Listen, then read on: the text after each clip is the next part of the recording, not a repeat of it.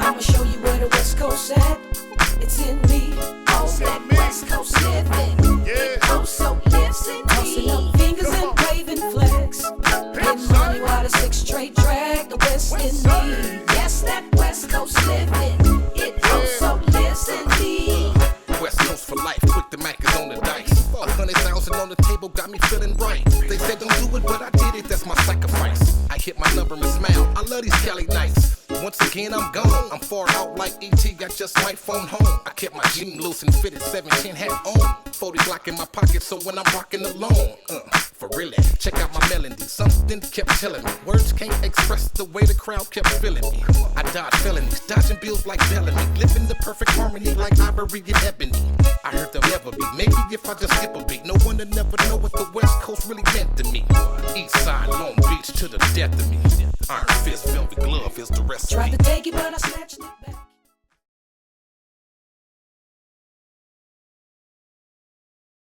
Okay. All right. We got Quictamac in the building. How you doing? How you doing? How you doing? Good, good. Happy to have you today. Yep. So I gotta ask, Quictamac is one of the most interesting names that I have ever heard in the rap game.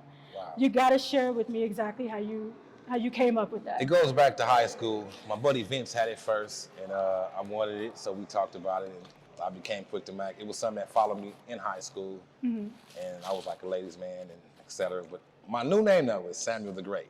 Okay. So Quictamac, I have to, throw that black book out. Okay. And that's basically that. That's how it came about. Yep. Okay. So let the viewers know what battle rap group you affiliate yourself with. Okay. Myself, it was always me and my partner named Leon. Everyone knows him as Chaos or Ammo. We used to just take parties on ourselves and just chop shit up. And we'd sit back and watch other people chop shit up. Like I had told my partner Hitman, I said, bro, who I used to trip on at battle raps and house parties? He said, who? I said, you and Technique. I said, y'all had a style that was like two knife sharpeners to where if you're just trying to touch the blade just to see how sharp it is, no matter what, you're gonna start bleeding. You know what I'm saying? No matter how, you know what I'm saying? So they always had a way with words. So yeah, so it was always, to answer your question, it was me and my partner named Chaos. Okay, and let us know exactly. Okay. Yeah, it was Hotstyle at the time. Okay, so what brought Hotstyle together? What formed the group? Okay, Drake Park. I was labeled as one of the tightest artists in that area. This was like in '90s, like early '90s. And Chaos, he was labeled as one of the artists that was tight. So we always battle each other using old folks' rhymes. So Chaos, he used to use raps that Snoop Brother Bean had lost a tape that Ammo heard, and he was using old Snoop raps. I was using old Richie Rich rhymes from Oakland. So nobody knew these raps that we spitting. It's not our shit. We just heard it, you know what I'm saying? And no one else heard this shit right here. So and so one day me and them just got together like, man, let's do some music. It's like together, fuck the balance. Can I curse? Yeah. Okay, yeah. Fuck the balance. Let's try to see what we can do as a couple, you know what I'm saying, as a group. And so my mother, she paid for our first mixtape. She gave us like $10. We went on Pacific, right there across the street from where Snoop worked at Lucky's back in the days. Right there across the street, they had a karaoke shop right there, like in '92. Went in there and paid the $8. It was a Tony beat, and we was just like getting some good vibes off that, and everybody was like, man, y'all should keep going. And my Uncle Duck helped us, and we just pushed on until we got signed with Def Jam. Lil Half Dead helped us out, by the way. He had helped us out. Okay. That story is crazy how that came about. Okay. So how would you best describe your battle rap style? Okay, it's dope that you asked that. So I don't know if it's just me or if everybody do this. So first of all, growing up, I always wrote, I wanted to have 10 verses for if it's a cute female I'm finna battle, maybe tomorrow, and I need at least 5 to 10 verses if she's an ugly female, but I'm gonna keep them real respected, but just connected to where they like, damn, this nigga just came with this and that, then I want my at least 10 or even 10 more in the chamber for just straight battle, whoever wanted, you know what I'm saying? And so that's how I always just was already trained to go to where I was ready. So you was plotting and planning. not so much plotting and planning, because I like always looked at myself as a good writer, like a prolific writer, somebody who can write some real heartwarming music. Okay. Yeah, not so much of battle rapping, because I didn't really care. I always looked at it as me growing up. Battle rappers, their albums, I don't really like to really hear it too much. It's just too much. I just want to hear somebody who can write a nice album about everything. Okay. So that was always me. I just want to write a good ass record. Okay. Share with our viewers your first experience in a battle rap. Oh, that's deep. Jeez. Signed or unsigned? Unsigned. Wow, that's deep. Hold on 1 second. Okay, at Washington Junior High School. Damn, what's her name? It was a female. Really? Okay. Yeah, it was a female. She was popping. But first she was popping. A couple other people was spitting. I started spitting, and then it was more like you felt the tensions like between these two motherfuckers. They going in, you know. Mm-hmm. And I'm not gonna lie, I fell back because she was chopping, and I was just like lost. Like, So it wasn't because she was a female. no, it was because she was lethal, and I was like, Okay. if I keep putting my foot in this water, the shark is gonna bite me. Uh-huh. But for like we had 3 rounds though, and she was lethal. You know what I'm saying? And, Okay. I'm trying to think of her name because I seen her. Damn, I forgot her name. If it come to me, damn. We went to Wilson, we went to Poly, we went to Washington together. Yeah, she was vicious. Does she rap to this day? She from Long Beach. Okay. You know what? Actually, I don't even know. Okay.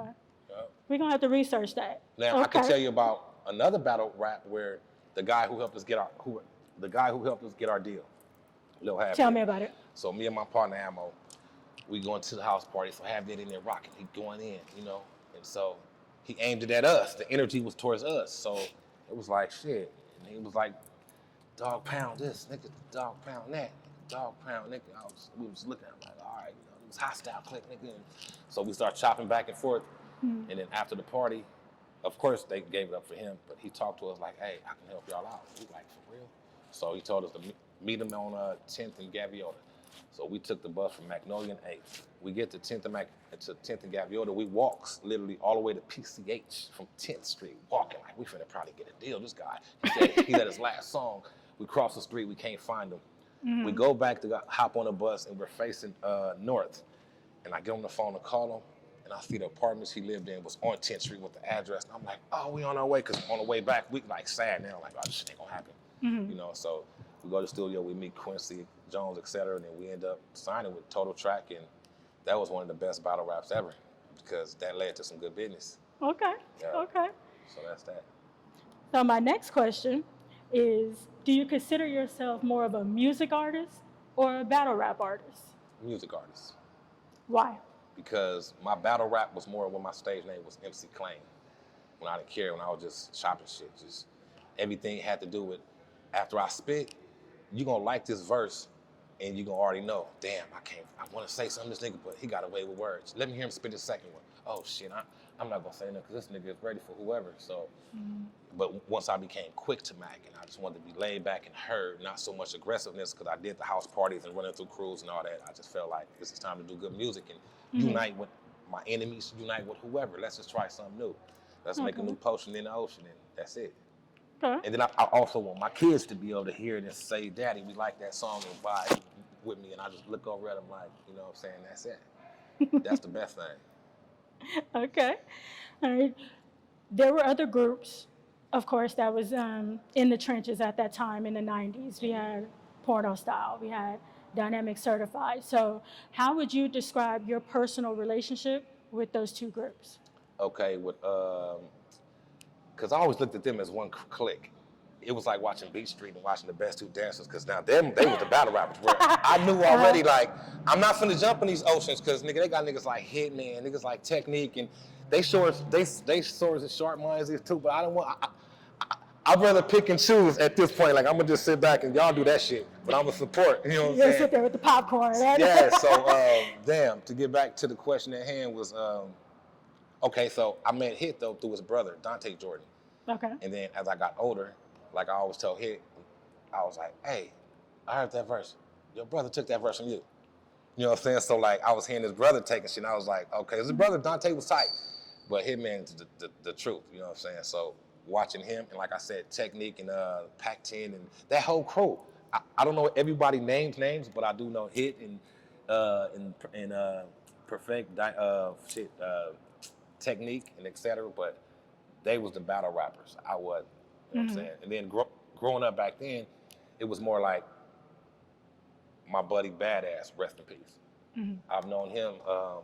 I met Badass in the early '80s. My mother, she used to like his dad.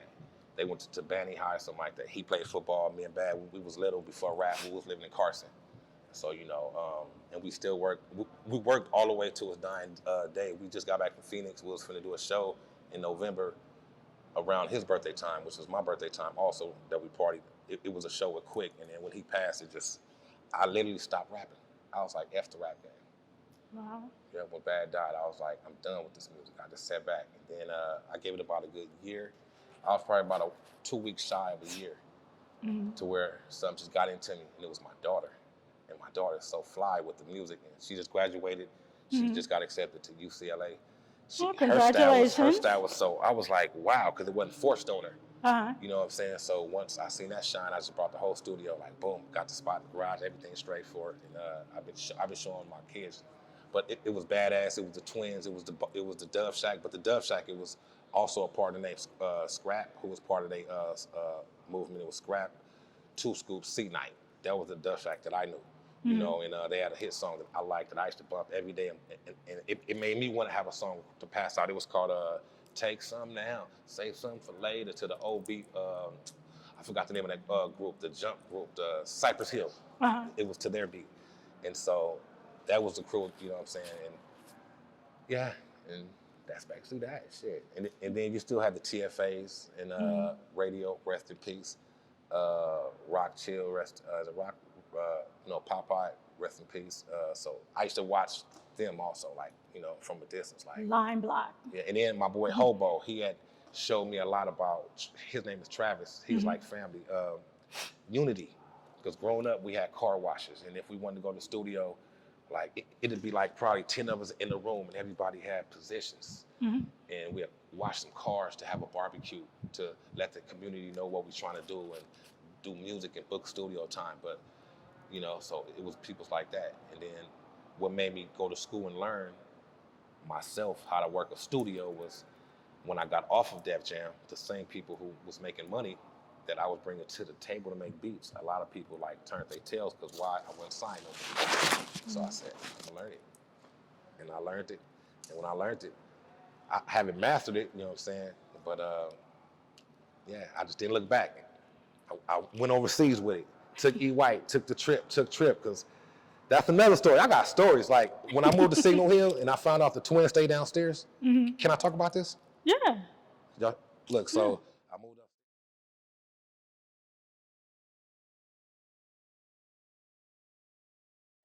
Back then when niggas talk about battle, I'd be like, hey, watch out for these two snipers. Nigga, if their name comes, no, say no. They was the guillotines, like, you know what I'm saying? Like, man, yeah. Right. That's dope though. So That's dope. I'm gonna ask, how does that make you feel as an artist? Shit. That's just, I don't know, it's just overwhelming because I wouldn't have thought from him because, I didn't think my battle shit was anything. I was just trying to just say whatever the fuck I could say. You know what I'm saying? So that's awesome. Hearing it from somebody who I looked at as the Ginsu knife. You know what I'm saying? Like, he gonna get you in 4 bars. Watch, he gonna rethink everything. Watch. Push your release date back, nigga. Told you.